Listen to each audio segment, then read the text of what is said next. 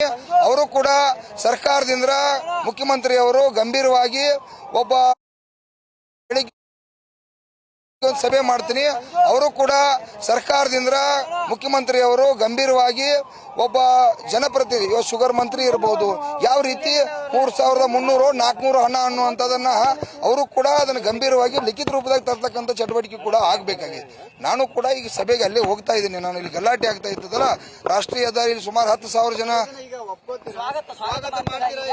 ಸ್ವಾಗತ ನಾನು ಮಾಡಲ್ಲ. ಸ್ವಾಗತ ನನ್ನ ಕಬ್ಬು ಬೆಳೆಗಾರರಿದ್ದಾರೆ, 1000 ಟನ್ ಬೆಳೀತಕ್ಕಂಥವ್ರು ಸುಮಾರು ಈ ಬೆಳಗಾವಿ ಜಿಲ್ಲೆಯೊಳಗ 1000 ಟನ್ ಬೆಳೀತಕ್ಕಂಥ ಸಾವಿರಾರು ಲೀಡರ್ಗಳಿದ್ದಾರೆ. ನಾನು ಮತ್ತೆ ಬೆಳಿಗ್ಗೆ ಮುಂಜಾನೆ 9-10 ಗಂಟೆಗೆ ಅವ್ರ ಸಭೆ ಕರಿತೀನಿ. ಕಬ್ಬು ಬೆಳೆಗಾರದು ಮತ್ತು ಬಾಗಲಕೋಟೆ ಬೆಳಗಾವಿ ಅವ್ರ ಸಭೆ ಕರೆದು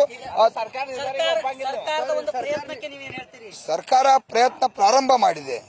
ಆದ್ರೆ ಈಗ ಸದ್ಯ ನಾನು ಒಪ್ಪಲ್ಲ. ನಾನು ಒಪ್ಪಲಿಕ್ಕೆ ನನ್ನ ಒಬ್ಬನೇ ಆಸ್ತಿ ಅಲ್ಲ, ಯಾಕಂದ್ರೆ ಇದು ಜನಾಂದೋಲನ ಕಾರ್ಯಕ್ರಮ ಆಗಿದೆ, ಜನಾಂದೋಲನ ಆಗಿದೆ. ನನ್ನ ಜೊತೆ ಇದಕ್ಕೆ ಸಹಕರಿಸತಕ್ಕಂಥ 1000 ಟನ್ ಕಬ್ಬು ಬೆಳೀತಕ್ಕಂಥ ರೈತರಿದ್ದಾರೆ. ನಾನು ಬೆಳಿಗ್ಗೆ ಅವ್ರನ್ನ 10 ಗಂಟೆಗೆ ಹಲವಾರು ಕೆಲವು ಮುಖಂಡರನ್ನ ಇವತ್ತು, ಯಾಕಂದ್ರೆ ಎಲ್ಲರ ಜೊತೆ ಸಾಮೂಹಿಕವಾಗಿ ಚರ್ಚೆ ಮಾಡಕ್ ಬರಲ್ಲ, ಅವ್ರನ್ನೆಲ್ಲ ಚರ್ಚೆ ಮಾಡ್ತೀನಿ.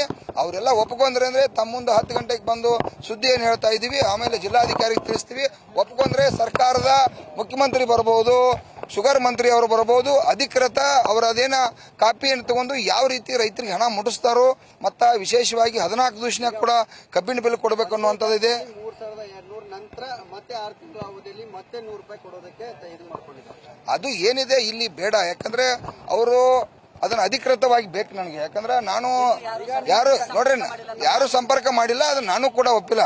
ನನ್ನ ಸಂಪರ್ಕ ಮಾಡಕ್ ಆಗುದಿಲ್ಲ. ನನ್ನ ಫೋನ್ ಸ್ವಿಚ್ ಆಫ್ ಇದ್ದು 3 ದಿವಸ ಆಯ್ತು. ಯಾಕಂದ್ರೆ ಸಾವಿರಾರು ಫೋನ್ ನಿಮ್ಮದು ಪಾಪ ಮೀಡಿಯಾದವ್ರದ್ದು ಫೋನ್ ಕಂಟ್ರೋಲ್ ಮಾಡಕ್ ಆಗ್ತಾ ಇಲ್ಲ. ಈಗ ನೀವು ಸಿಎಂ ಜೊತೆಗೆ ಸಭೆ ಮಾಡಿದ್ರಿ, ಸಭೆಯಲ್ಲಿ ಕೂಡ ತಾವು ಒತ್ತಾಯ ಮಾಡಿದ್ರಿ. ಹೌದು, 100% ಒತ್ತಾಯ ಮಾಡಿದೆ.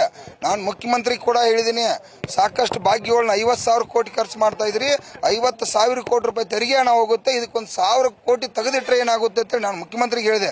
ಇಲ್ಲಪ್ಪ ಅವ್ರು 50 ರೂಪಾಯಿ ಕೊಡ್ತೀವಿ ಅಂತಂದ್ರೆ 50 100 ಇಲ್ಲ ಸರ್, ನೀವು 200 ಕೊಡ್ಲೇಬೇಕಂತ ನಾನು ಒತ್ತಾಯ ಮಾಡಿದ್ದೀನಿ. ಅದೇನು ಬಿಡಿಲ್ಲ.